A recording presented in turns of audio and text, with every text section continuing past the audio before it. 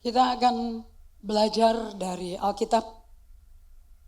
Mestinya referensi kita semua dalam melakukan apapun, Alkitab adalah sumber poros dari kehidupan kita sebagai anak-anak Tuhan.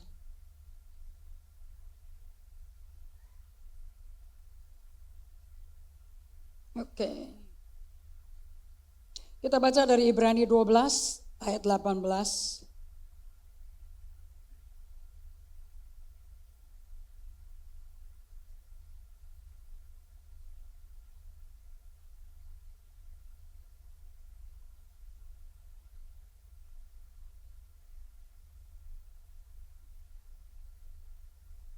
Ibrani 12 ayat 18 sampai 24.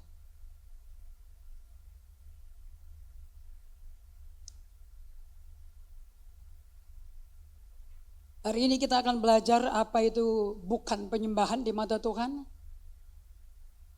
Dan kalau bukan penyembahan di mata Tuhan, kita nggak akan lakukan. Ada amin? Ayat 18 sampai 24. 23. Sebab kamu tidak datang kepada gunung yang dapat disentuh dan api yang menyala-nyala, kepada kekelaman, kegelapan dan angin badai, kepada bunyi sangkakala dan bunyi suara yang membuat mereka yang mendengarnya memohon supaya jangan lagi berbicara kepada mereka. Sebab mereka tidak tahan mendengar perintah ini. Bahkan jika binatang pun yang menyentuh gunung, ia harus dilempari dengan batu. Dan sangat mengerikan pemandangan itu. Sehingga Musa berkata, aku sangat ketakutan dan sangat gemetar. Tetapi kamu sudah datang ke Bukit Sion, ke kota Allah yang hidup, Yerusalem surgawi, dan kepada beribu-ribu malaikat, suatu kumpulan yang meriah, dan kepada jemaat anak-anak sulung yang namanya terdaftar di sorga, dan kepada Allah yang menghakimi semua orang, dan kepada roh-roh orang-orang benar yang telah menjadi sempurna, dan kepada Yesus, pengantara perjanjian baru, dan kepada darah pemercikan yang berbicara lebih kuat daripada darah Habel. So di sini Allah dengan jelas berkata di ayat 18, sebab kamu tidak datang kepada gunung yang dapat disentuh. Jadi kalau Anda datang kepada menyembah Allah seminggu sekali atau setiap hari, kamu gak datang ke gunung kok. Ini terjadi tentunya kalau Anda hafal Alkitab dan suka bergaul sama Alkitab di Keluaran 20 sebelum dia memberikan 10 perintah Allah. Ini yang terjadi. Tapi kamu tidak lagi sebagai gereja perjanjian baru kepada gunung-gunung yang dapat disentuh dan api yang menyala-nyala, kepada kekelaman, kegelapan dan angin badai, kepada bunyi sangkakala dan bunyi suara yang membuat mereka yang mendengarnya memohon supaya jangan lagi bicara kepada mereka. Sebab mereka tidak tahan mendengar perintah ini. Bahkan jika binatang pun menyentuh gunung itu, Allah bikin pagar, batasan, boundary, ya harus dilempari dengan batu. Begitu mengerikannya pemandangan itu. Sampai Musa aja gemetar, berkata aku sangat ketakutan, sangat gemetar. Saat itu mereka ketemu dengan Allah yang secara mata kasat dan fisik kelihatan. Dia pada waktu umat Tuhan sudah siap untuk bertemu dengan Allah, dia datang dengan kilat yang menyambar, api yang menyambar, dia datang dengan guntur keras. Belum pernah ketemu Allah seperti itu. Mereka gemetar. Ini untuk persiapan terima 10 perintah Allah loh. Bagaimana sikap kalian kalau kamu dengar firman? Yang kamu bisa shopping tiap hari di YouTube, Facebook. Apakah kamu punya hati yang menganggap, yang melihat Tuhan dengan gemetar seperti ini? Kita lihat sebentar di Keluaran 19. Untuk tahu, untuk terima 10 perintah Allah. Orang Israel yang keluar dari Mesir, mesti persiapannya kayak apa? Ternyata datang ke ibadah dan menyanyi bagi Tuhan, ada persiapan yang diminta sama Tuhan. Yang saat ini tidak dianggap sama sekali. Di Keluaran 19 sebelum 10 perintah Allah diberikan kepada umat Israel melalui Musa yang bawa ke bawah, tangan Allah mengukir sendiri.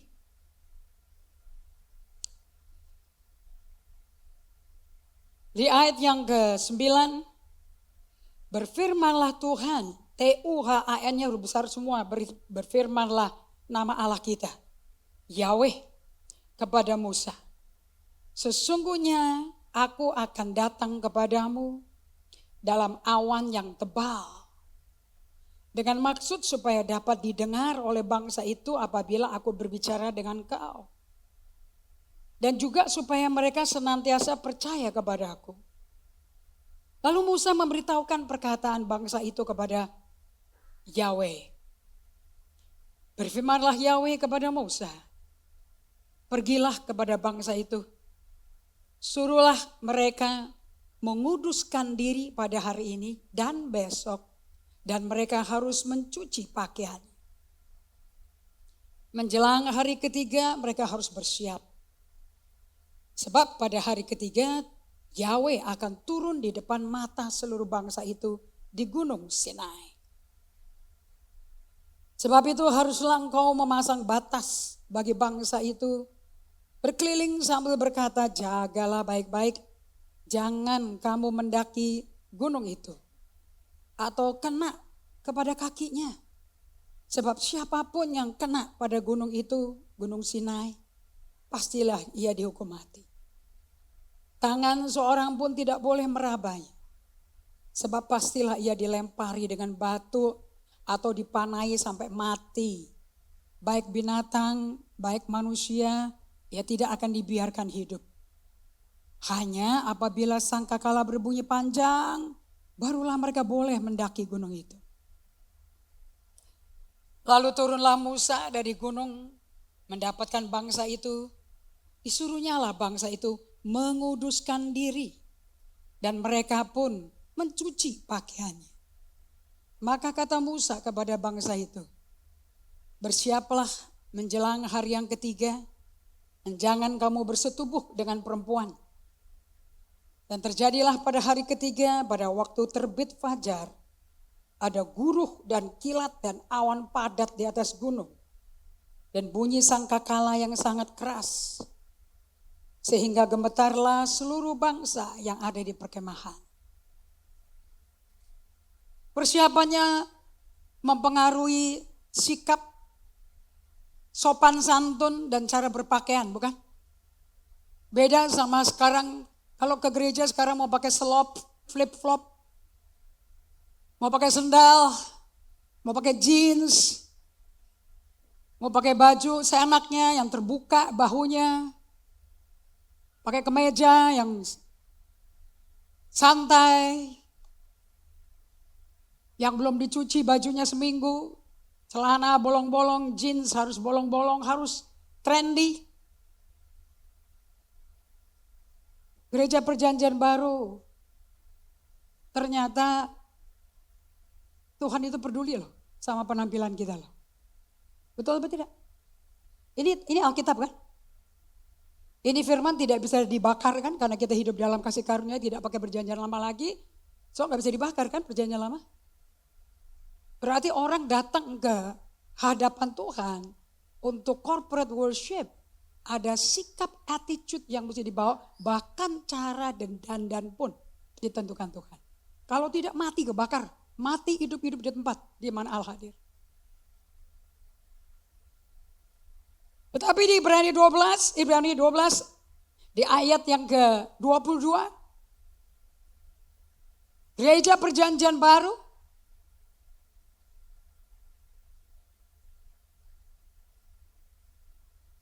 Kalau sampai Keluaran 19 diulangi lagi di Ibrani 12 ayat 18, tentunya itu dipakai buat peringatan, bukan? Perlu dipelajari.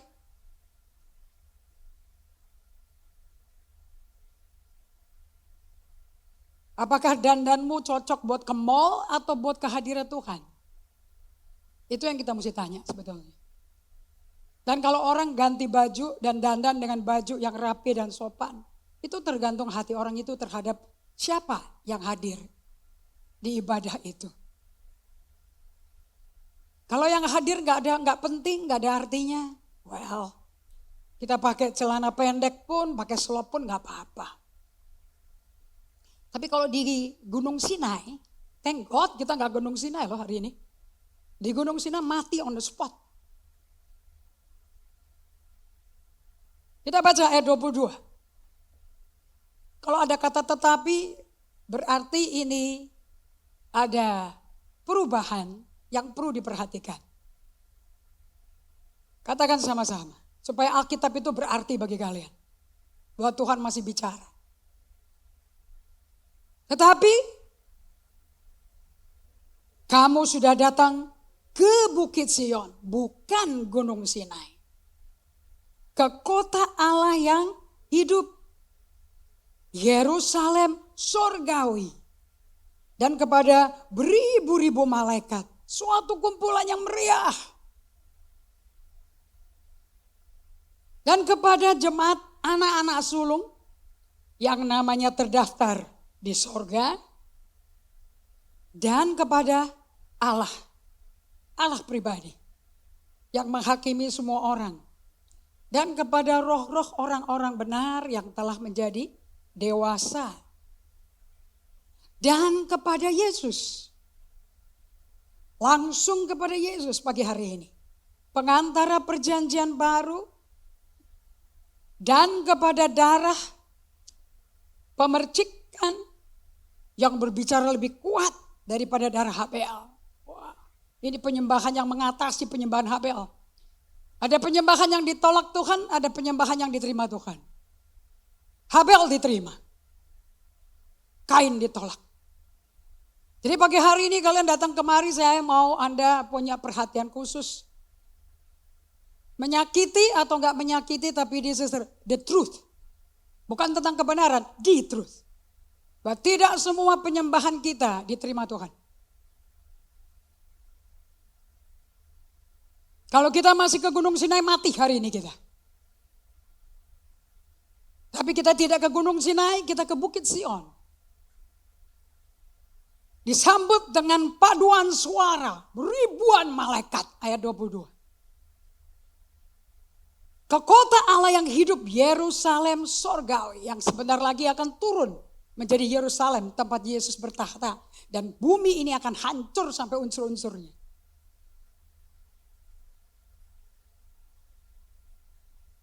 So pada waktu kita menyembah Tuhan, memuji Tuhan, apakah yang hadir 10 orang atau yang hadir 10.000 orang, gak ada masalah. Sebab yang kita puji, yang kita sembah, surga. Bahkan surga partisipasi di penyembahan. Setiap hari Minggu. Setiap engkau tiap pagi nyanyi bagi Tuhan. Karena Allah kita bertahta di atas pujian umatnya, itu perjanjian lama. Itu bukan perjanjian baru. Jadi kalau Anda bukan pemuji dan penyembah Tuhan, disuruh nyanyi di gedung ibadah seperti ini, kamu akan nonton. Dan Anda mau tahu? Setiap WL, setiap singer, setiap musisi gak usah pusing. Ada yang nyanyi atau gak mau nyanyi. Gak usah pusing. Karena penulis Ibrani berkata, loh kamu tuh datang ke Bukit Sion kok. Kamu ke Yerusalem surgawi. Kepada ribuan paduan suara. Gereja-gereja terkenal selalu bikin paduan suara di panggungnya. Dengan lagu-lagu yang hip. Lagu-lagu yang high peak. Tapi umatnya gak datang ke Tuhan. Sebab dikatakan di sini sudah ada choir di surga, kenapa mesti bikin choir lagi di bumi? Ada? Di Alkitab kalian ada? Ada ribuan malaikat? Malaikatnya ikut nyanyi? Ikut menyembah? Jadi itu paduan suara dong. Jadi kalau puji-pujian di bumi kurang seru, gak apa-apa. Karena kita tidak memuji orang. Dan kita gak nyanyi buat orang. Ini bukan karaoke. Kita datang untuk menyembah Allah. Ayat 22 fokusnya. Tetapi kita datang, kamu sudah datang ke Bukit Sion. Bukan kamu akan datang, sudah. Ke kota Allah yang hidup. Wahyu 22, Yerusalem surgawi. Jadi kita ini lagi masuk ke surga loh.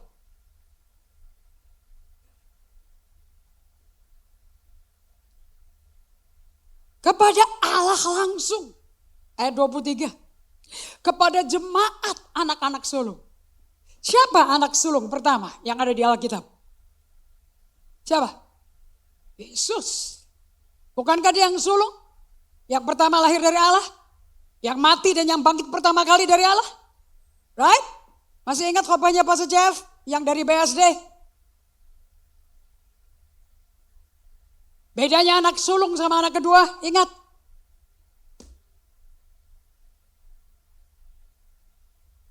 Anak sulung itu selalu mendapat double warisan. Hak kesulungan, the birthright. Kenapa selalu mendapat dua? Dua kali lipat hak kesulungan. Sebab dia yang harus tanggung semua kesalahan adiknya nomor 2 dan seterusnya. Jadi anak sulung itu tanggung jawabnya berat sekali. Adam pertama, anak sulung. Dia gagal seperti Ruben gagal. Maka kesulungannya pindah ke Yehuda. Dari Adam pertama pindah ke Adam kedua. Adam yang terakhir. Siapa itu? Yesus.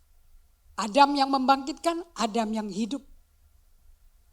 Sehingga Yesus yang tadinya anak kedua. Makanya dikatakan oleh Yesus sendiri di kitab Yohanes pasal 1. Coba buka Yohanes pasal 1. Anda jangan berpikir kalau khotbah hari Minggu memenuhi kebutuhanmu satu konsumsi rohanimu seminggu ya. Mati kau. Kalau hari Minggu cuma ibadah raya, ini cuma krim di atas daripada substansinya. Dagingnya firman, bobotnya, kapotnya firman. Yohanes pasal 1 ayat yang ke-17. Katakan sama-sama. Ini Yesus yang ngomong. 2, 3. Sebab hukum Taurat diberikan oleh Musa. Tetapi kasih karunia dan kebenaran datang oleh Yesus Kristus. Pastor Jeff membahas ini di BSD. Kalau ingat yang hadir di BSD semua. Hukum Taurat diberikan oleh Musa. Kamu gagal satu hukum, kamu gagal semua hukum, mati kau. Yakobus menjelaskan itu. Kalau kepingin khotbah, catat ayat-ayat referensinya supaya bisa khotbah. Ini juga bisa dibagikan di Kersel ya. Supaya orang datang ke Kersel fokusnya bukan makanan. Tapi tujuannya untuk menghadap Tuhan. Supaya diubah oleh Tuhan dan dimuridkan oleh Tuhan. Tetapi oleh Yesus kasih karunia dan kebenaran. Apa itu kasih karunia? Kita semua diselamatkan karena kasih karunia oleh iman. Ini rumus kalau mau jadi Kristen yang berhasil. Supaya gak kepahitan, gak murtad di tengah jalan. Karena kasih karunia dan iman. Karena kasih karunia oleh Karena kasih karunia oleh apa yang kita terima dari janji-janji Allah semuanya diterima oleh karena kasih karunia oleh by grace through faith, by grace through faith. Efesus 2 ayat 8, baca sama-sama. Jadi prinsip 101 kalau mau mengalami hadirat Tuhan. Efesus 2 ayat 8. Buka Alkitabnya, nggak ada saya nggak bisa khotbah slide by slide by slide. Saya mesti bagikan kepada Anda seperti apa yang Roh Kudus taruh di hati saya. Oke, katakan sama-sama. 2, 3. Sebab karena kasih karunia, kamu diselamatkan oleh, sekali lagi, sebab karena kamu diselamatkan oleh. Bisa nggak terima kasih karunia tambah iman? No way. Bisa nggak terima janji Allah, kamu akan keluar dari melarat, kamu akan keluar dari kankermu tanpa iman? Tanpa iman no grace, no faith no grace. Apa itu grace? Pada waktu baru pertama kali terima Yesus dari menyembah Allah yang bukan Allah. Grace adalah kemurahan Tuhan yang kamu gak layak terima. Sebab kamu tidak masuk ke penjara, kamu gak masuk ke penjara neraka. Tapi Yesus yang mati buat dosa kita, tanggung hukuman dosa itu. Dan kita diselamatkan, diampuni. Diselamatkan itu artinya diampuni. Kita ngalamin zozo. Saya ngajarin kepada anak Ignat, zozo. Masih banyak anak Ignat yang kalau dikasih firman cuma nyatet informasi tapi tidak ngidupin. Gak apa-apa. Firman tetap dibagikan. Suatu hari itu firman akan hidup. Karena Allah berkata, Yesaya 55:11, firman yang dibagikan tidak pernah kembali kepada aku. Tapi akan tetap dan melaksanakan apa yang kukatakan. Allah berdaulat. Pendeta gak berdaulat. Kenapa bisa lama? Well, dijamin sama Yesus kalau ditabur firman, kalau mau instan berbuah cuma 25%. 75% tidak ada buahnya. Yang satu isinya hanya aspal, tentu dikasih biji, aspal gak akan bisa menumbuhkan biji, betul? Yang kedua tanahnya tipis, saking tipisnya ditabur benihnya cepat sekali tumbuhnya. Tapi karena tipis, kena matahari, tipu daya, aniaya, langsung murtad. Gak ada buahnya. Kamu tinggal lihat aja kalian rohaninya di level mana. But never quit. Yang ketiga ada tanah. Cuman lalangnya dan semak belukar durinya banyaknya gak keruan. Jadi waktu benih itu pecah, bertunas, masuk di antara semak belukar berduri itu kecekik mati. Itu orang datang ke Tuhan untuk mendapat kekayaan. Karena tipu daya kekayaan, mesti ikut pelajaran, ikut cari duit singkat dan cepat, cryptocurrency, robot, biar kaya cepat. And gagal, murtad.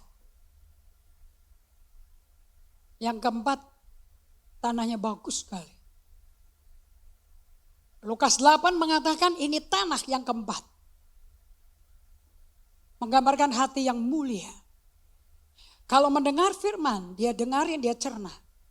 Persis jemaat Berea. Setelah dengar khotbah, dia gak langsung pesan kopi dan makan. Sedengar khotbah, dia duduk, dia renungkan catatannya.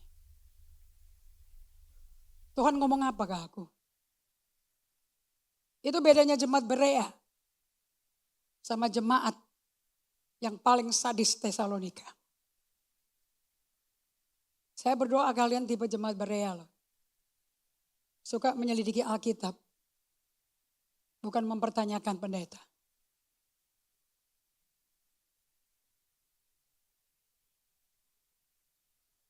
Pendeta cuma juru bicara.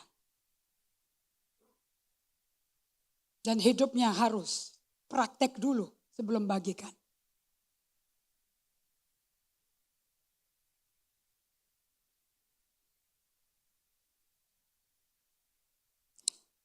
So, kalau engkau sudah lahir baru dan berbahasa roh, udah dapat karunia Roh Kudus diaktifasi, dapat penglihatan, mimpi tiap hari nggak terima penglihatan, tiap hari ada penglihatan, nubuat, marifat, tiap hari ada mimpi, nggak pernah nggak ada. Berbahasa roh 1 jam tiap pagi. Siang 1 jam, malam setengah 1 jam. Bagi kalian yang level seperti itu. Kasih karunia bukan kebaikan yang kita nggak layak terima. Udah beda. Kasih karunia artinya Yakobus 4 ayat 6 dari Amplified Classic Bible. Is the power of the Holy Spirit, kuasa Roh Kudus yang bekerja di dalam batinmu untuk mematikan segala sikap dosa. Daging kita masih ada, tergantung kamu solitude silence berapa kali sehari, alias berapa seringnya bergaul sama Tuhan, berapa rindunya kau sama Tuhan. SS itu rindu sama Tuhan, balik ke Tuhan. SS bukan program. Tapi rindu, kepingin datang sama Tuhan, karena tahu Tuhan tuh hadir. Kenapa kau tahu Tuhan hadir? Ya habisnya dia tinggalnya di hati kita. Kalau ada di hati kita, kalau nggak hadir ya bukan di hati kita artinya. Sebab Paulus berkata, tidakkah kau tahu kamu bait Allah, tempat Roh Allah berdiam? Berarti Roh Kudus di mana? Kenapa kok kita lupa? Kenapa berat sekali SS? Menyusahkan. Karena kalau doa keluar supaya dilihat orang, eksternal. Yang diminta juga hal-hal eksternal. Ya duit lah, ya sertifikat tanah lah, ya rumah lah, eksternal. Padahal doa yang benar adalah doa yang ke dalam. Makanya Yesus sukanya sendirian bersama Bapaknya. Dan dia gak pernah minta. Satu hamba Tuhan di Instagram Reel ngomong seperti ini. Kalau kamu belajar dari Yusuf, kehidupan Yusuf. Yusuf itu tawanan. Yang kemudian dikhianati, difitnah oleh majikannya menjadi tahanan.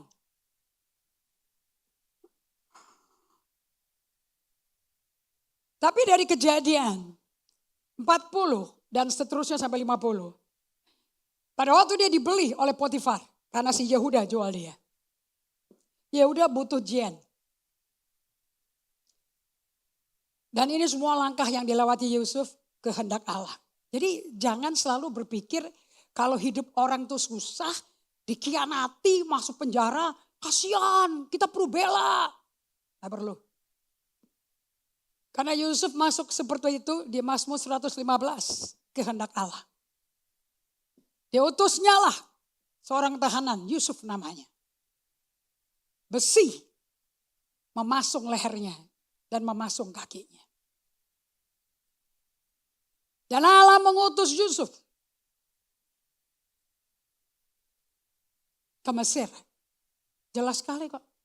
Makanya kalau baca Alkitab satu buku dan semua referensi dibaca. Supaya jangan diterjemahkan sesuai dengan pikiran kita yang dangkal. Karena otak kita nggak mestinya mengerti ayat. Yang bisa menangkap ayat dan makan dan puas menelan hidup-hidup itu hati kita. Dari hati kita akan mentransformasi jiwa kita.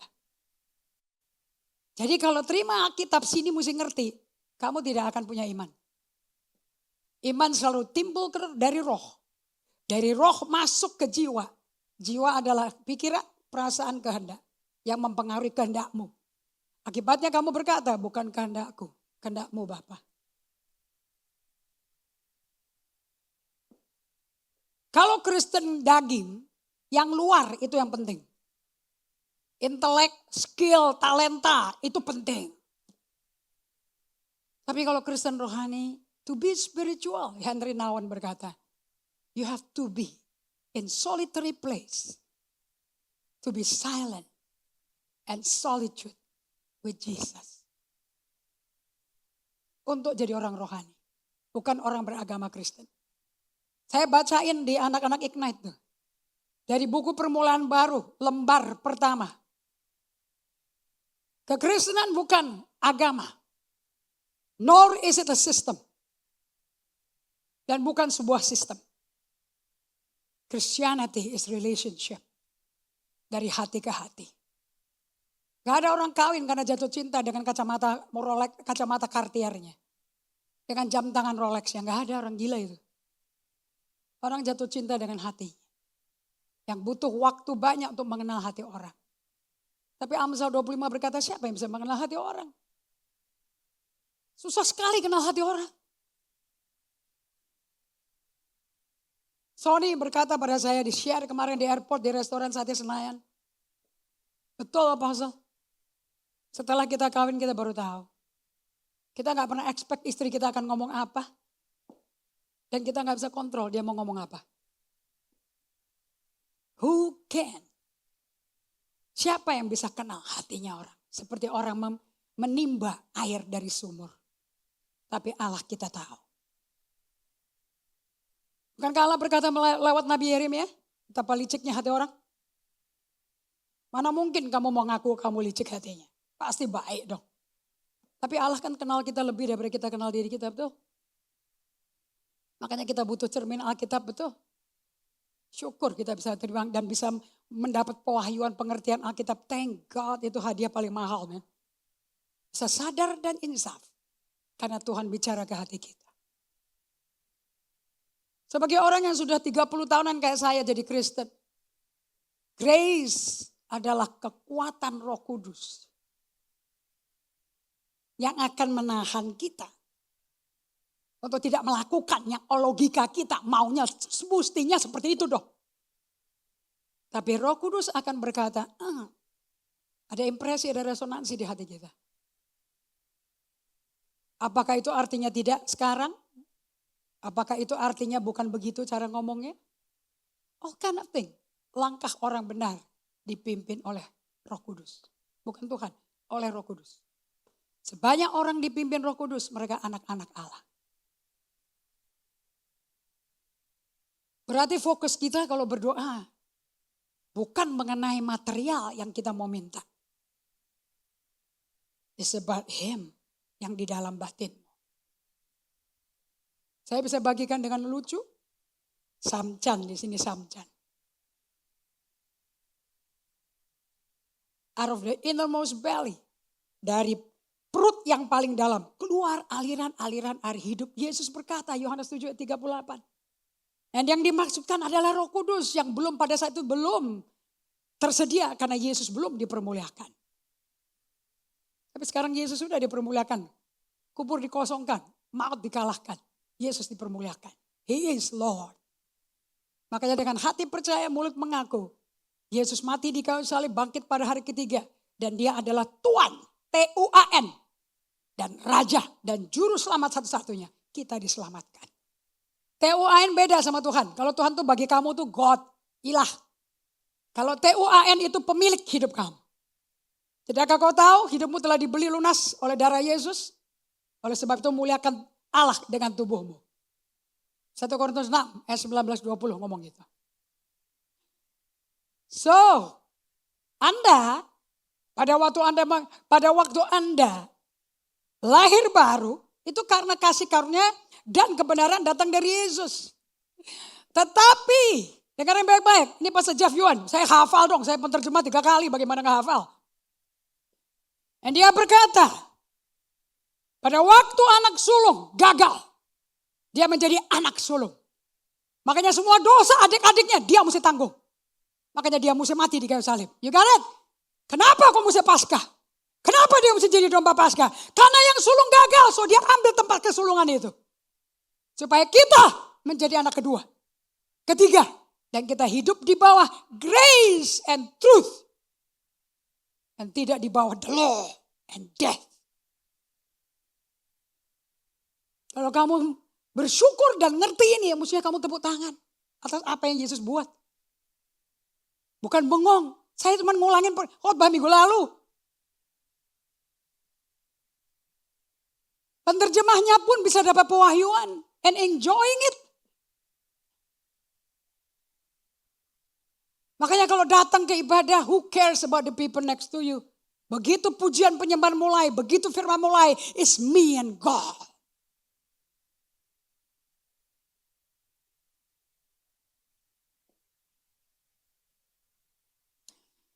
Kepada Yesus pengantara perjanjian baru. Isn't it amazing? Mau pakai drum, mau pakai perkusi, mau pakai keyboard 2, mau pakai piano, mau pakai sound surround, mau pakai synchronizer, whatever. Do you know Yesus lagi nonton kamu untuk disembah kamu?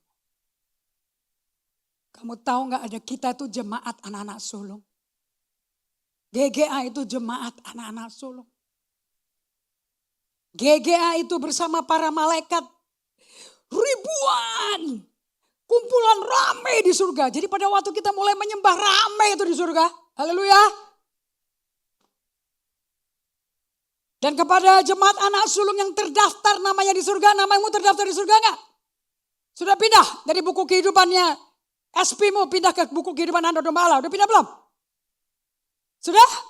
Namamu ada di buku kehidupan anak domba? Belum tahu. Makanya gagal jadi SP lah. Kalau SP-nya aja ragu-ragu bagaimana oikosnya? This is you. Mana? Mana slide-nya? Balik lagi soalnya. Dan kepada jemaat anak sulung yang namanya, kamu buka aja di Alkitabmu. Kan ada Alkitab tuh. Ngapain lihat slide? Slide has never been a Bible. Kepada jemaat anak-anak sulung yang namanya terdaftar di surga. Namamu terdaftar gak di surga? Atau terdaftar di GGA? Kalau terdaftarnya di GGA bisa keluar, bisa masuk. Aku mau keluar dari GGA. Mau ngomongnya enaknya gak keluar loh. Gak ada, kita gak daftar database. Either kamu mau menjadi anggota tubuh Kristus.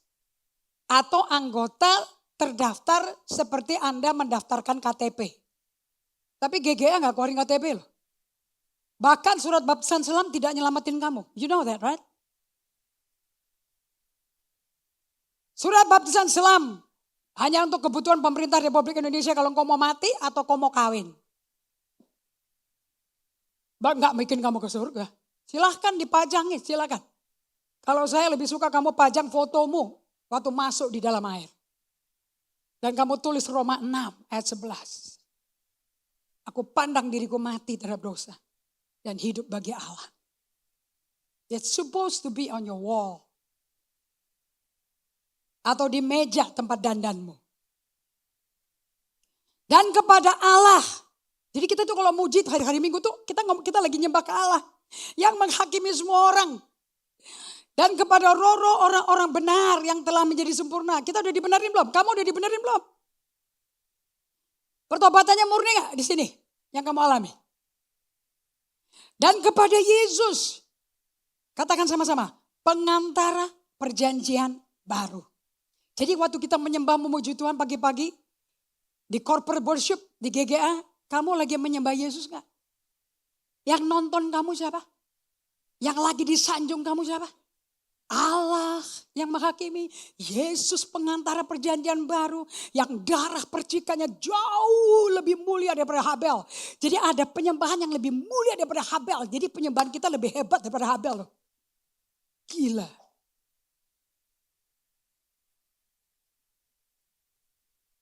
Untuk mengerti kenapa dibandingkan persembahan Habel dengan persembahannya Yesus. Kalian mesti buka kitab Kejadian 4 sebentar.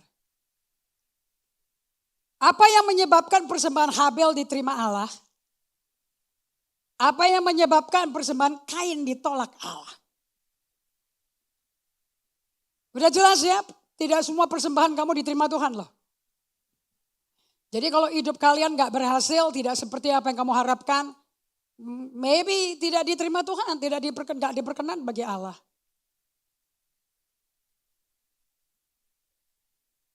Jadi orang-orang Kristen yang suka pakai kalkulator sama Tuhan, aku udah hadir, aku udah terlibat di sel, aku udah kasih perpuluhan, buah sulung, rumah EHS, aku hadir ibadah lebih dari 1, tapi hidupku banyak sekali tantangan, hidupku depresi.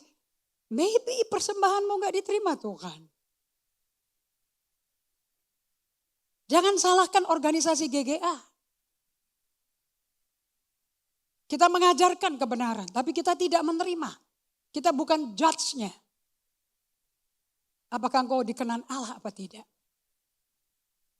Ayat yang ketiga. Katakan sama-sama.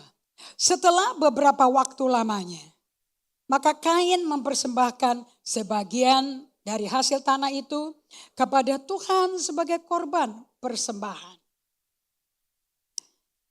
Habel juga mempersembahkan korban persembahan dari anak sulung kambing dombanya, yakni lemak-lemaknya. Maka Yahweh mengindahkan Habel dan korban persembahannya itu. Ayat 5. Tetapi Kain dan korban persembahannya tidak diindahkan Tuhan. Lalu hati Kain menjadi sangat panas dan mukanya muram. Dan firman Yehova kepada Kain, mengapa hatimu panas dan mukamu muram?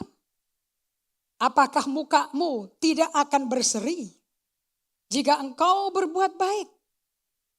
Tetapi jika engkau tidak berbuat baik, dosa sudah mengintip di depan pintu. Ia sangat menggoda engkau. Tapi engkau harus berkuasa atasnya. Kata Kain kepada Habel. Kita lihat ya, didengerin gak nasihat Allah? Katakan sama-sama. Kata Kain kepada Habel adiknya, marilah kita pergi ke padang. Ketika mereka ada di padang, tiba-tiba Kain memukul Habel, adiknya itu, lalu membunuh dia. Ayat 9, dan firman Tuhan kepada Kain, di mana Habel, adikmu itu? Dan jawabnya, aku gak tahu. Apakah aku penjaga adikku? Catat ini, pewahyuan daripada Carlton Pearson. Kalau engkau bukan penjaga adikmu, kamu pembunuh adikmu. If you are not your brother keeper, you are your brother killer. Kain berkata, apa urusan sama aku? Emangnya aku penjaga adik-adikku? Itu dia ngomong setelah bunuh loh. Kalau mau tahu orang kejam, mestinya adanya di gereja. Kalau mau tahu orang sadis, mestinya adanya di gereja. Kalau nyarinya di luar, percuma. Memang semuanya sadis di luar. Kan belum kenal Tuhan. Tapi kalau mau lihat orang Kristen sadis, carinya di gereja. Bukankah Kain ngobrol sama Allah? Bukankah Kain dengar suara Allah? Yes or no?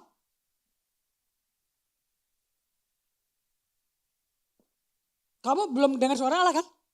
Ini Kain dengar loh. Pada mulanya adalah firman, pada mulanya adalah Allah. Betul tidak? Sebelumnya nggak ada siapa-siapa, cuma Allah sama Adam. Right? Adam itu artinya manusia. Jadi jangan kasih nama anakmu Adam. Kalau kamu kasih nama anakmu Adam, berarti kamu manggil gini, manusia, manusia, sini manusia. You got it? Makanya jangan sok suci, ambil-ambil cap-cipcuk ke depan kuncup dari Alkitab, padahal nggak ngerti maknanya apa loh. Manusia, artinya red earth, tanah merah.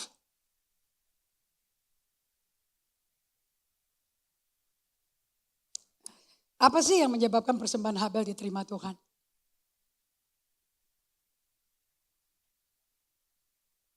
Orang berkata, karena si Habel kasih darah, Kain gak kasih darah. Kain kasih gandum, jelai. Makanya gak diterima sama Tuhan.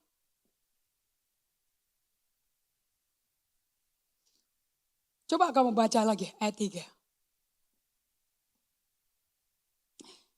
Setelah beberapa waktu lamanya, maka Kain mempersembahkan sebagian dari hasil tanah. Sekarang kamu baca ayat 4. Habel juga mempersembahkan korban persembahan dari anak sulung. Dia kasih sebagian ternak atau dia kasih yang sulung yang terbaik. Anak sulung itu milik Allah. Kasih sebagian dari apa yang ada dari panennya. Sama dari kasih yang terbaik. Anak sulung harus terbaik, tidak boleh ada cacat. Dikasih ke Allah. Nah sekarang kita lihat ke Imamat 2 ayat 13-14. Emangnya gak boleh ya kasih pertanian ya? Emangnya gak boleh kasih gandum? Emangnya gak boleh kasih biji-bijian? Harus darah ya? Pengajarannya banyak begitu ya? Di online.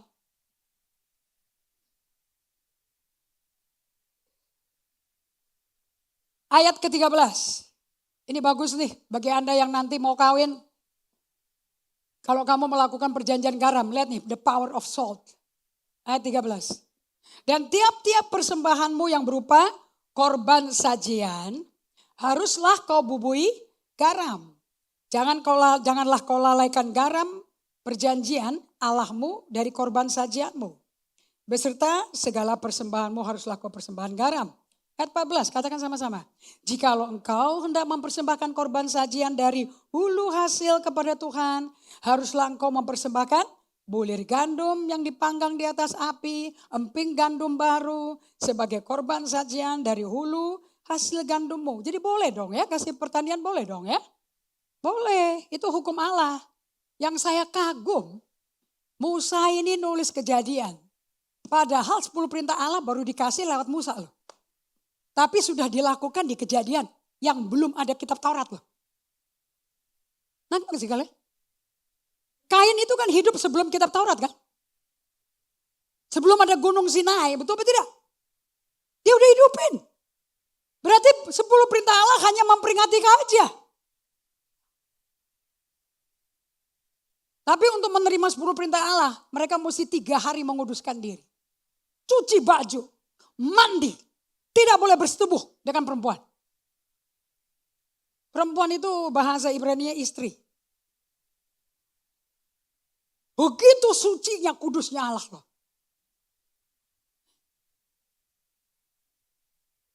Beda sama orang ke gereja saat ini. Mau pakai celana 3/4 kek, mau pakai celana bermuda kek, mau pakai mini kek, mau pakai jeans kek, terserah. Dan gak ada persiapan diri. Padahal kita menghadapnya lebih ngeri lah. Kalau itu gunung Sinai, disambar api mati kau. Kalau ini ngadap Allah loh, yang menghakimi. Kalau ini menghadap Yesus langsung loh, gak ngeri kamu.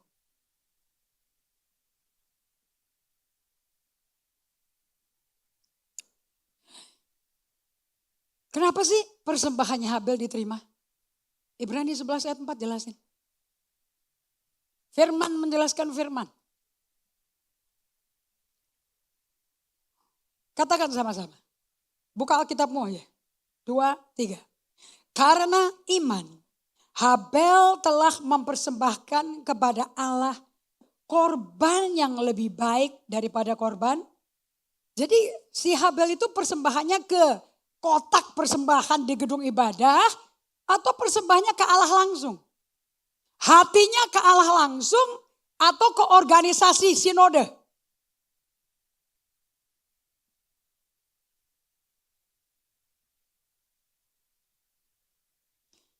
Lanjut.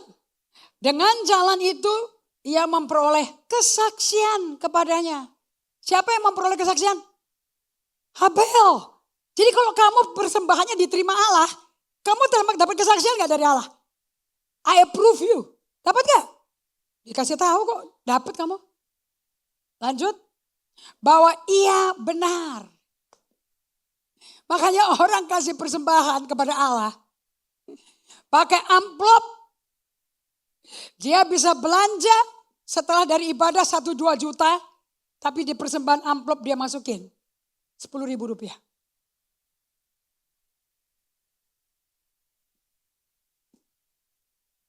Yang kayak gitu gak dikenan Allah, udah pasti.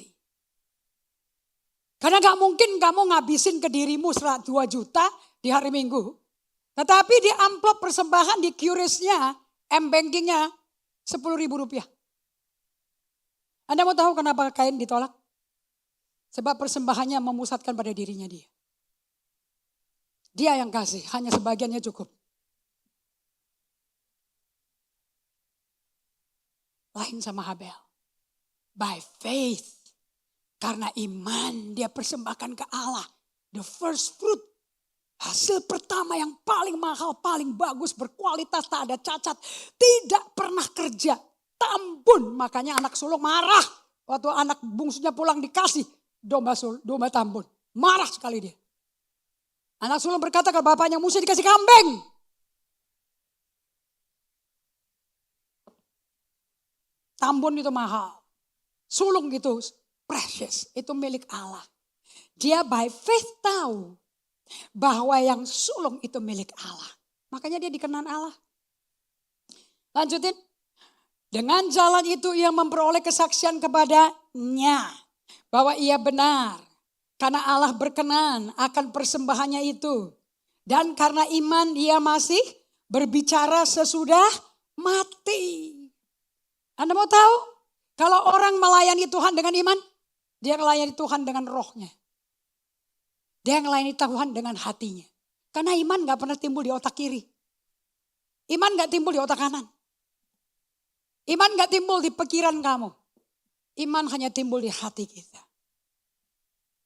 Makanya begitu kamu lahir baru, yang Tuhan buang hatimu yang keras kayak batu. Yang tidak peduli Tuhan dan gak mau tahu tentang Tuhan.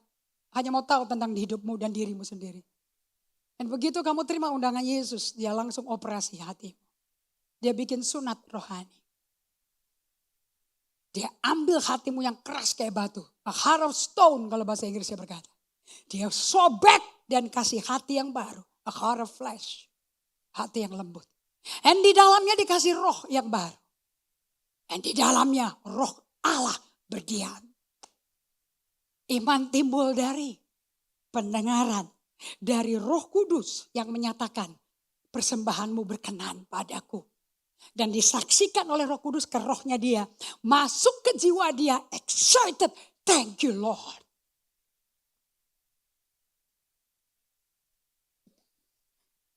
Kamu jangan pakai QRIS dari restan sebagian duitmu. Tidak semua persembahan dikenan Allah. That's truth. Bahkan gara-gara iri dengan persembahan. Homicide pertama terjadi di Alkitab. Kamu tahu homicide? Orang bunuh orang. Dalam hal ini kakak bunuh adik. Gara-gara persembahan. Iri dia gak diterima. Gara-gara beda teori. Gara-gara beda filosofi. Saudara seiman satu gereja bisa pecah. Karena teorinya beda. Kalau homicide kakak adik namanya bukan homicide. Homicide hanya menunjukkan orang ke orang. Namanya fratricide. Fraternal murder. Adanya di Alkitab kita. Maksudnya kita berjaga-jaga. Ada jealousy gak di hati kita? Ada dendam gak di hati kita? Karena Tuhan tahu hati kita kayak apa, dalamnya Tuhan tahu. Kita yang gak sadar. That's why you need to be silent before God. Pada waktu kamu berdiam, yang kamu dengar cuma jiwamu yang gejolak. Kamu gak dengar dunia, kamu gak dengar puji-pujian, yang kamu dengar adalah jiwamu yang lagi ngamuk. Lagi sedih, lagi depresi. Makanya be still before the Lord and wait patiently.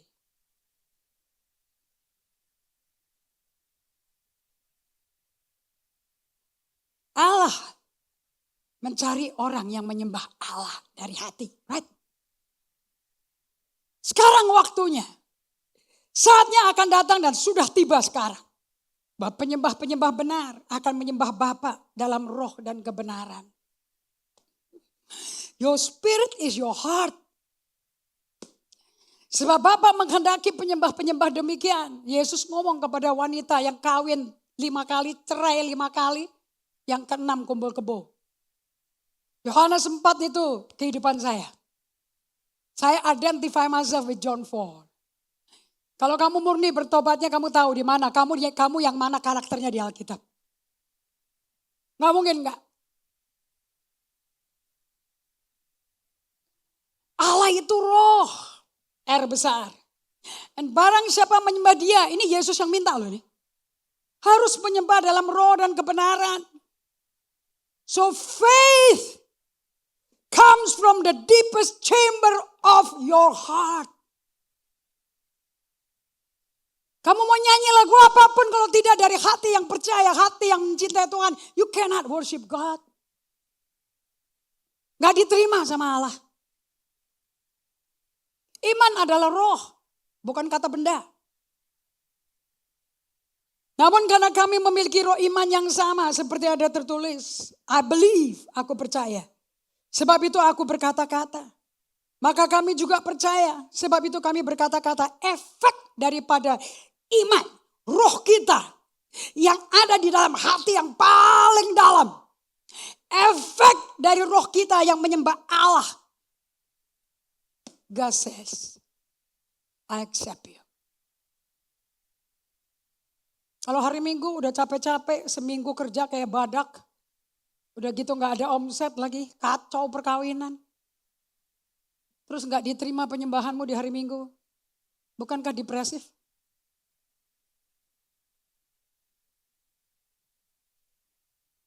Ini firman gemeterin hati saya. Make me afraid of my condition. But make me fear God. Hasilnya bagus. Fear God. Karena takut akan Allah, sungkan, respect akan Allah adalah awal hikmat. So bagaimana kamu mesti bertanya kalau gitu hari ini? Bagaimana jika penyembahan saya atau penyembahan kita tidak diberkenan pada Allah? Yesus terbuka belak-belakan kalau ngomong. Yesus ngomong kepada orang Farisi di Matius 15 ayat 8 sampai 14. Bangsa ini memuliakan aku dengan bibirnya. Padahal hatinya jauh daripada aku. Jadi gak pernah beda dong ya. Antara persembahan Habel sama persembahan yang diajarin Yesus gak ada bedanya kan ya. Mulutmu aja nyanyi. Tapi hatimu gak memuliakan aku. Hatimu jauh dari aku. Percuma mereka beribadah kepada aku. Sedangkan ajaran yang mereka ajarkan perintah manusia. Ikutin aturan manusia. Teori manusia bikin kamu gak dikenan Tuhan.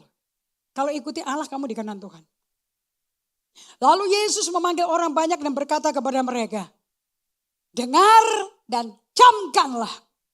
Bukannya masuk ke dalam mulut yang menajiskan orang. Ada mau makan babi guling 50 kali di Bali silakan. Karena semua itu akan masuk ke kakus. Melainkan yang keluar dari mulut itu yang menajiskan. Sudah dibeliin makanan, kemudian mulutnya kotor. Maka datanglah murid-muridnya dan bertanya kepadanya. Engkau tahu bahwa perkataanmu itu telah menjadi batu sandungan bagi orang Farisi. Apakah muridnya Yesus bisa terima perkataan Yesus? Sadis Yesus ngomongnya kok keras sekali. Kasar loh kamu ngomongnya. Khotbahmu menyandung orang Farisi. Bukankah kita mau orang Farisi bertobat? Kok iya? Ini konteksnya bukan iya.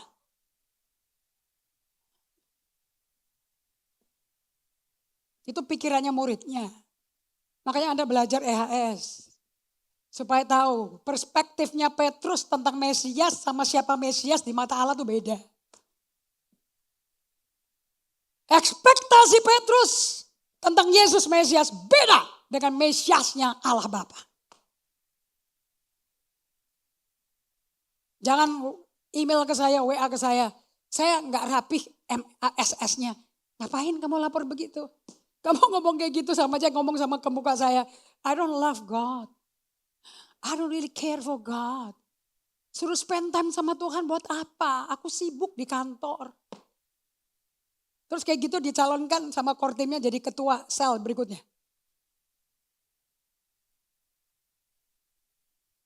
Kadang-kadang saya punya direct talk loh dengan member kamu loh.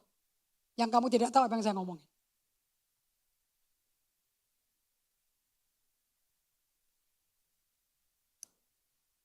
Muridnya negor Yesus. Dan jawab Yesus ayat 13. Setiap tanaman yang tidak ditanam oleh Bapakku yang di sorga akan dicabut dengan akar-akarnya. Biarkanlah mereka itu. Mereka orang buta yang menuntun orang buta. Jika orang buta nuntun orang buta pasti keduanya masuk lubang. Saya mau tutup dengan berita ini. Di Alkitab kita yang sama. Apakah Alkitab kita kitab suci? Yes? itu sabda Allah. Kamu akui itu valid, itu adalah kebenaran. Tidak ada salah, tidak ada cacat. It's the Bible. Di Alkitab kita digambarkan oleh Allah penyembah-penyembah di dalam kesesatan dan tidak sesuai kebenaran. Ditulis pula di Alkitab kita. Tetapi penyembahan ini full of zeal. Wah, semua yang hadir lompat-lompat.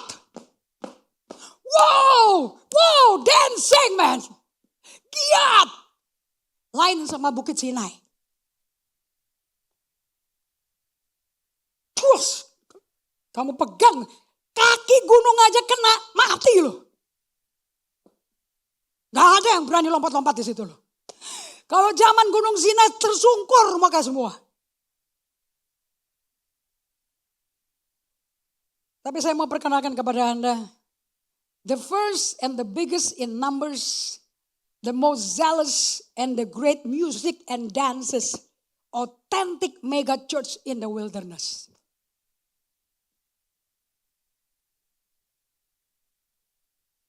Is in your Bible. Kalau mau ngomong numbers, angka yang hadir 3 juta. Semuanya menarik bagi Tuhan. Tapi mereka gak nyembah dalam roh dan kebenaran. Mereka menyembah dalam kesesatan. Karena mereka menyembah berkat emas dari Allah. Kata Harun dilempar ke api berubah jadi lembu tuangan katanya. Goblok banget deh. Tuhan dibegoin kayak begitu. Mana ada logam masuk ke api langsung berbentuk sapi.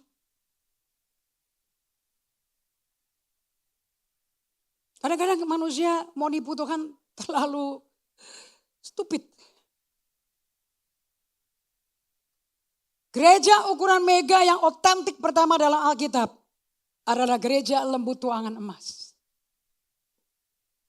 If you want to have it in your home, silakan. Tapi kamu gak akan tahan lama di GGA.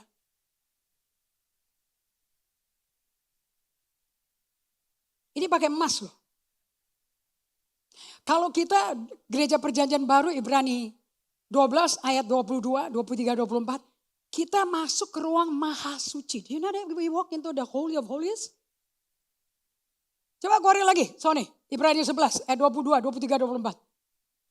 Kita kalau menyembah Tuhan, kita masuk ruang maha suci yang di surga. Kita gak perlu kotak-kotak lagi peti-peti pakai serafin doang, udah gak perlu. Karena tabernakel itu udah hancur waktu Yesus mati di kayu salib. Dan kita yang menjadi bait Allah. Dan ruang maha suci ada di sini. And ada di surga. You want to see the holy of holies? Ayat 22 dulu. This is good. Stay there ya LED. Tetapi kamu sudah datang ke Bukit Zion. Ke kota Allah yang hidup. Allahnya hidup loh ya. Yerusalem surgawi dan kepada ribuan malaikat suatu kumpulan yang meriah. Ayat 23. Dan kepada jemaat anak-anak sulung. Kita semua jemaat anak sulung kalau namamu ada di buku kehidupan Allah anak domba. Yang namanya terdaftar di surga. Dan kepada Allah yang menghakimi semua orang. Dan kepada roh-roh orang benar yang telah menjadi sempurna. My God. Yang nonton, yang gabung kita menyembah rame gak tuh? Rame gak? Buat apa 10.000 orang datang yang nyanyi cuma 3?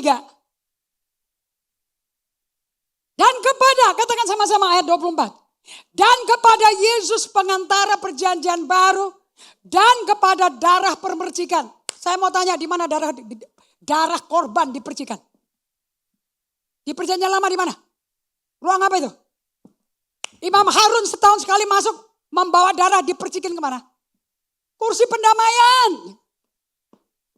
Bukan ruang kudus, kursi pendamaian. Di mana ada 2 serafin bertemu, kamu gak ketemu serafin di bumi. Dan kalau darah ditaruh di atas peti di antara serafim diterima Allah, Harun akan keluar. Kalau tidak, lonceng di kakinya gak akan kedengeran. Mati on the spot loh. Di ruang maha suci. Dan serafim itu hanya ada di ruang maha suci. We are entering, actually kita masuk ke rumah, ke ruang maha suci. Holy of Holies.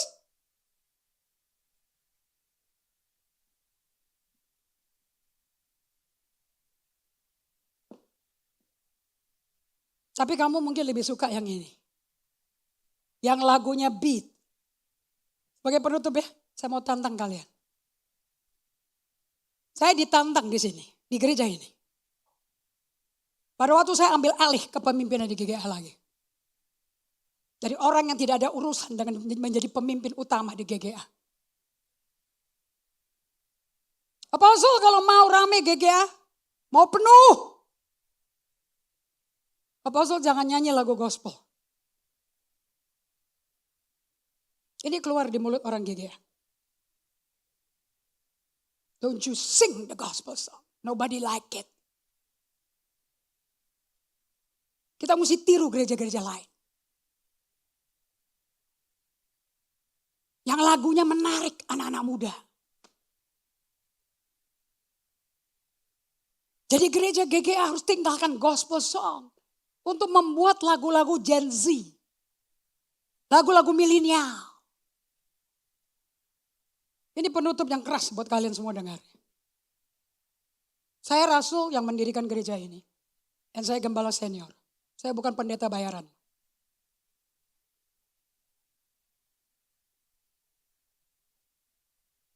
Pertama kali Yesus membangun gereja. I will build my church. And the gates of hell shall not prevail. Aku akan bangun gerejaku, jemaatku. Alam maut tidak akan mengalahkan. Pada waktu dia bangun jemaat itu pada hari Pentakosta dicurahkan Roh Kudus. Gereja pertamanya lahir. Gen Z, milenial, boomer, senior, semuanya secara korporat menyembah Allah Israel. Dengan lagu yang sama. Yang sudah berabad-abad dinyanyikan sama.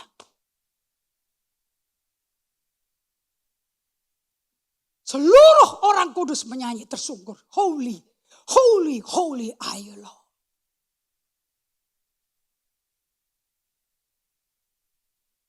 Tuhan gak pernah bangun gereja Gen Z. Tidak ada gereja anak muda. Gak ada gereja remaja.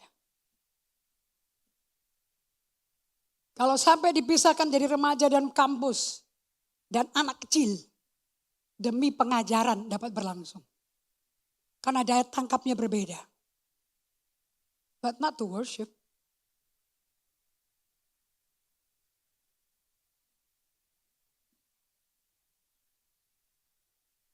GGA tidak akan menjadi gereja hips. Gereja hype. Untuk menarik anak-anak muda. Makanya hamba Tuhannya mesti pakai sneakers. Mesti pakai jeans yang sobek-sobek. Pakai jaket, pakai jas, pakai sweater. Saya gak pernah lihat Yesus ganti fashion loh. Untuk memenuhi kebutuhan dari anak-anak muda loh. Dia di-respected oleh anak kecil. The little children suka duduk di pahanya dia. Anak remaja. Anak muda, anak orang kaya. Muda, masih muda. Jadi kalau kakak-kakak rohani di sini, adik-adik rohani di sini, hubungannya sangat hopeng dan memberikan semua apa yang mereka mau. Be careful.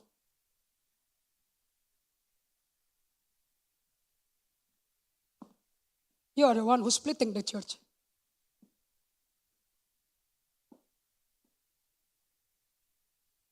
Kehadiran Tuhan gak bisa diganti dengan tipe model penampilan dari anak-anak hipster, anak-anak hype.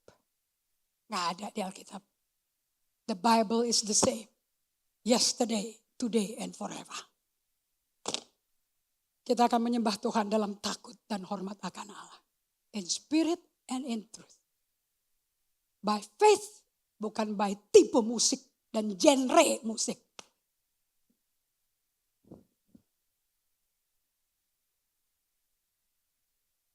Is that what you want?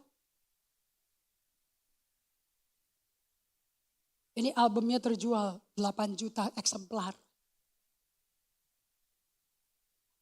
GGA bikin album gak pernah kejual. Kejual berapa, Lin? Aku disuruh ngobrol tau gak? Sama Seven String. Ngabisin gudang katanya tempatnya. Karena album kita isinya show me your glory. Show me your kabod. Gereja mula-mula kita ada glorinya. Tahu gak glory? Tahu kemuliaan itu apa? Bahasa Ibraninya kabod. Bahasa Yunaninya doksa, deksa. Itu sama kayak kamu kalau denger, gila hari ini firmannya dalam, firmannya deep, firmannya berat. That's doksa. That's kabod. Gravitas. Bukan gravitasi yang bikin kamu jatuh. It's deep.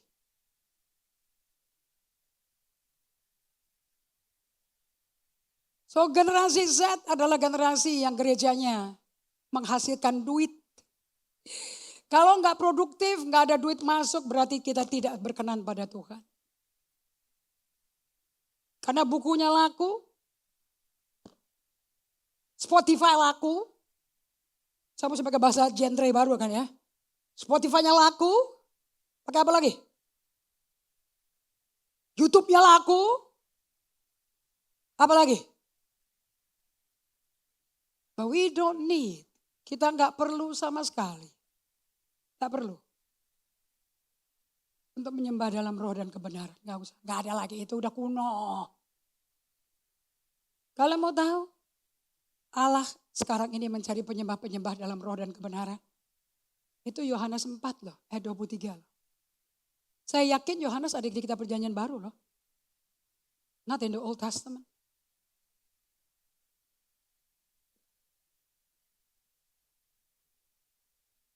Kita lanjutin minggu depan. GGA tidak pernah dibikin untuk jadi mega church. 1000 kursi dibikin untuk multiplikasi carousel. Bukan mega.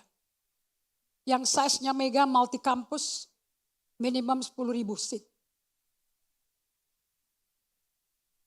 Gak mungkin orang bikin mega church di gedung cuman sekecil ini. Dari awal udah gak bikin kayak begitu. We just a strong discipler gitu aja.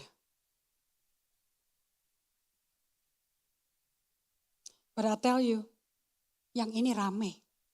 Semalam suntuk puji-pujiannya. Dan pesta seks orgi. Anda mau tahu orgi itu apa? Seks antar member.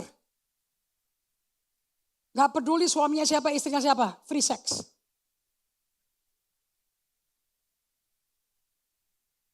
Baca komentar di Bible. Makanya kalau baca Alkitab jangan cuma sekilas. Terus dengerin pendeta khotbah dia bilang itu Alkitab yang benar aja. Setiap pendeta hanya bisa memberikan sedalam apa hubungan dia sama Tuhan. But they are not the Bible. Bible is Bible.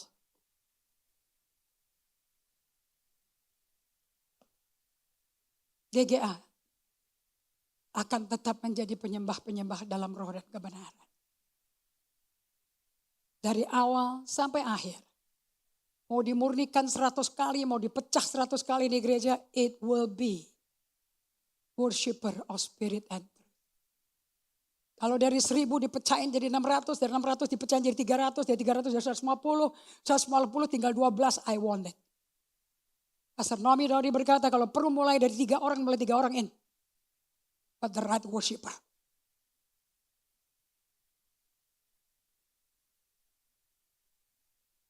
Ini gereja diberesin, bukan direstrukturisasi. Tubuh gak mungkin direstrukturisasi. Badan direstrukturisasi.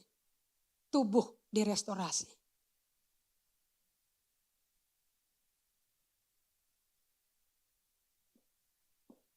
Apakah kamu mau stay di sini sebagai penyembah dalam roh dan kebenaran? Saya mau dengar kata amin yang keras. Are you sure? Kenapa kok jawabannya sepi sekali? Takut deh. Kamu takut kena marah lagi dari saya? Wow, sakit jiwa kau. Belum sembuh kamu. Trauma masa lampau. Ternyata kalau di entertain. Bagi pengangguran, bagi orang suka ngelamun, it will be a good food yang akan jadi kanker di jiwamu. Soon akan kanker di badanmu. Tapi bagi orang yang memperbaharui pikirannya, memakai pikiran dan perasaan Kristus, to live in spirit by faith and grace is a beautiful life. Terlalu bagus ngalami surga di tengah budaya bumi yang setan berkuasa. Terimalah perkenanan Tuhan, pulanglah dalam damai. Latihan hidup disiplin 1 minggu ini untuk berkenan pada Allah. Selalu mempersembahkan waktumu, energimu, waktu pribadimu dengan Allah by faith, by grace through faith. Supaya setiap kali kau bersama Allah, berkenan kau di hadapan Allah. Beginilah harus kamu memberkati orang Israel rohani di tempat ini. Katakan kepada mereka, lewat Harun kita terima. Yehova memberkati engkau dan melindungi engkau. Yahweh menyinari engkau dengan wajahnya dan memberi engkau kasih karunia. Yahweh menghadapkan wajahnya kepadamu dan memberi engkau damai sejahtera. Ruang maha suci terbuka bagi kita semua. Semua yang menerima jaminan Allah ini, katakan amin. God bless you. Tuhan berkati semua.